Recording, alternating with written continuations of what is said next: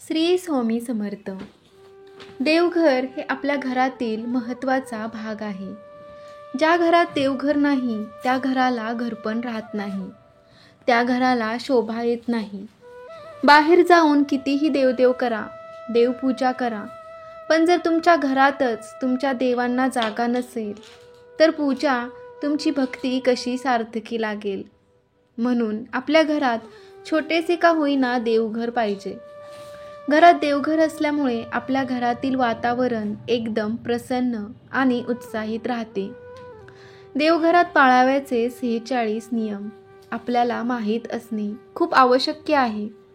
आपण देवांची केलेली पूजा आणि सेवा यांचे फळ आपल्याला भेटत नाही, कारण आपल्याकडून नकळत देवघराबाबत किंवा देवांबाबत काही चुका घडत असतात. आपण आपल्या घरात सर्व वस्तू कशा नीटनेटक्या आणि व्यवस्थित ठेवतो. देवघर देखील देवांचे घर आहे, मग त्या बाबतीत आपण काळजी घेणे गरजेचे आहे ना. आपल्या देवघरात कोणकोणते देव असले पाहिजेत आणि ते कसे ठेवावे हे आपल्याला माहीत असले पाहिजे. 1. पूजा नेहमी सकाळी लवकर करावी. 2. देवाला ताजी फुले नेहमी अर्पण करावी. 3. गंध, धूप, अगरबत्ती, तूप या साहित्याचा विचार करूनच देवघराचे कप्पे बनवावे. 4. देवघराच्या सजावटीचे सामानही तिथेच राहील याचाही नीट विचार करावा. 5. देवघरात प्रकाश व्यवस्था आणि हवा खेळती राहील याचाही तुम्ही नीट विचार करून मगच देवघर बांधावे. 6. देवघरातील सर्व मूर्तींची तोंडे ही पश्चिम दिशेला असावीत. 7. शंख असल्यास त्याचे निमुळते टोक हे दक्षिणेकडे असावे. 8. टाक असल्यास पंचधातूचा असावा. 9. शंकराच्या फोटोची पूजा करू नये. 10. शनीची पूजा करू नये. 11. मारुतीचा फोटो कधीही देवघरात ठेवू नये. 12. देवघरात गायत्री देवीची पूजा करणे वर्ज्य आहे. 13. गुरु आणि शिष्यांची एकाच वेळी देवघरात पूजा करू नये. 14. यंत्रे असल्यास ती कधीही उभी मांडू नयेत, नेहमी जमिनीशी समांतर मांडावीत. 15. एकाच देवाच्या 2-3 मूर्ती व फोटो ठेवू नयेत. 16. मूर्ती एकमेकांच्या समोर तोंड करून असतील तर त्यात बदल करा. मूर्तीची तोंडे कधीही एकमेकांसमोर असू नयेत. 17. मूर्ती देवघरात एखाद्या उंचीवर ठेवाव्यात. भिंतीपासून किमान 1 इंच लांब मूर्ती असाव्यात. भिंतीला चिटकून कधीही मूर्ती ठेवू नयेत. 19. देवघरातील प्रकाश आणि दिवे समई या नेहमी दक्षिण पूर्व दिशेला असाव्यात. 20. तडा गेलेली अथवा तुटलेली फ्रेम वा मूर्ती कधीही देवघरात ठेवू नका. 21. पूजा घरामध्ये नेहमी प्रसन्न वातावरण राहील याची काळजी घ्या. 22. पूजा घर नेहमी ईशान्य भागात बांधले पाहिजे. देवाच्या उपासनेसाठी बनवलेले पूजास्थान हे अत्यंत पवित्र स्थान आहे. अशा परिस्थितीत स्वयंपाकघर किंवा शयनगृहात मंदिर किंवा पूजास्थळ बांधणे कधीही बनवू नका. 23. शयनगृहात पूजेचे घर बांधण्याची खूप सक्ती असल्यास रात्री झोपताना मंदिराला पडद्यासह झाकून टाका. 24. पूजेचे घर कधीही शौचालय किंवा स्वयंपाकघराच्या पुढे बांधू नये. त्याचप्रमाणे उपासना घर कोणत्याही शिडीखाली बांधले जात नाही. 25. देवघरात भिंतीला किंवा आपण जे लाकडी पाट वापरतो त्यांना लाल रंग किंवा केशरी रंग असावा. 26. देवघर नेहमी स्वच्छ आणि प्रसन्न ठेवायचे आहे. देवघरात धूळ साचता कामा नये. 27. आपल्या देवघरात कोणत्याही देवाची एकापेक्षा जास्त मूर्ती किंवा फोटो ठेवू नये. 28. आपल्या घरातील देवघरात उजव्या सोंडेचा गणपती ठेवू नये, कारण उजव्या सोंडेच्या गणपतीचे शास्त्र खूप कठीण असते आणि त्याची पूजाही खूप कठीण असते. ते जर आपल्याकडून व्यवस्थित पाळले गेले नाही तर आपल्याला दोष लागू शकतो. म्हणून आपल्या देवघरात डाव्या सोंडेचा गणपती ठेवावा. 29. देवघरात नंदी नागासहित एकत्र महादेवाची पिंड ठेवू नये. कारण आपण जेव्हा महादेवाच्या पिंडीवर अभिषेक घालतो तेव्हा त्या अभिषेकाचे पाणी नंदीवर पडते व नंदी हा महादेवाचा शिष्य आहे. ते पाणी नंदीवर पडल्यामुळे त्यांचा कोप होतो आणि त्यामुळे आपल्यावर संकटे उद्भवू शकतात. 30.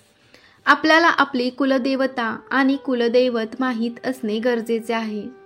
जर माहीत नसतील तर आपल्याला विविध संकटांना तोंड द्यावे लागते. 31. आपल्या देवघरात आपल्या कुलदेवताचा एक फोटो किंवा एक मूर्ती असणे आवश्यक आहे. 32. भंगलेल्या किंवा तुटलेल्या, मोडलेल्या मूर्ती किंवा देवांचे फोटो देवघरात व पूजेत ठेवू नये. देवांच्या मूर्तीची तोंडे किंवा फोटोची तोंडे दक्षिणेकडे करून ठेवायची नसतात. 33. आपण देवाला जी फुले वाहतो म्हणजे जे निर्माल्य बनते ते पुन्हा वापरात आणायचे नसते. ते वाहत्या पाण्यामध्ये म्हणजेच नदीत प्रवाहित करायचे असते. 34. देवघरातील शाळीग्रामावर अक्षता वाहायच्या नसतात. 35. ओले कपडे घालून म्हणजेच ओल्या वस्त्री देवपूजा करायची नसते. 36.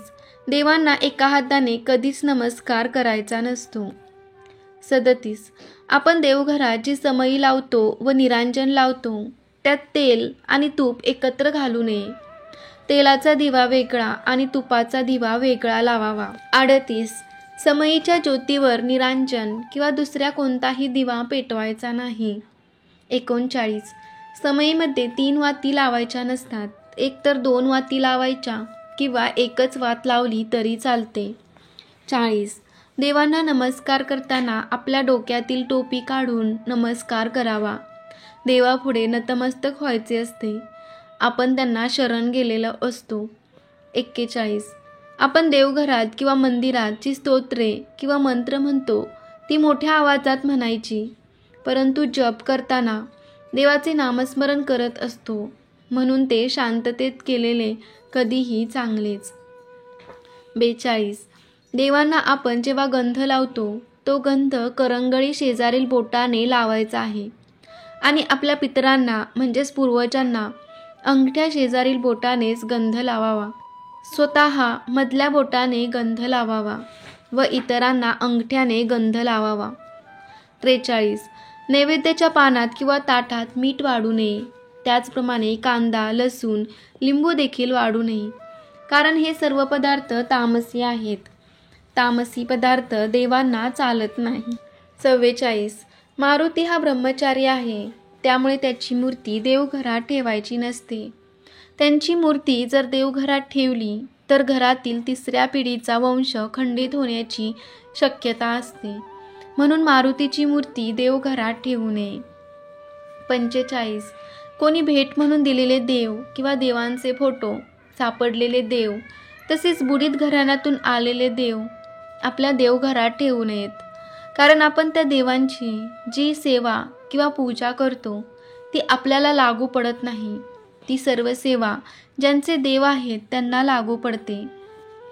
46. अशा प्रकारे देवघरात पाळावयाचे महत्त्वाचे नियम आपल्या देवघराच्या बाबतीत पाळावयाचे आहेत. असे काही नियम पाळल्याने आपल्या देवघरात प्रसन्न वाटते आणि आपल्या घरात देखील शांतता राहते. आपल्या घरातील लोक नेहमी आनंदी राहतात. घरात नेहमी देवांचा आशीर्वाद असतो. आपल्या घरात देवांचा वास असतो. देव आपल्या घरात वावरत असतात, त्यामुळे त्यांचे घर आपण नेहमी सुंदर आणि सुशोभित ठेवले पाहिजे. श्री स्वामी समर्थ. जय जय स्वामी समर्थ. श्री गुरुदेव दत्त. ही माहिती आपल्याला कशी वाटली हे कमेंट बॉक्समध्ये सांगायला विसरू नका. व्हिडिओ आवडला असेल तर एक लाईक आणि एक शेअर नक्की करा. चॅनेलवर नवीन असाल तर चॅनेलला सबस्क्राईब करून बेल आयकॉनला क्लिक करा, म्हणजेच नवीन येणाऱ्या व्हिडिओचा नोटिफिकेशन आपल्याला भेटेल. धन्यवाद.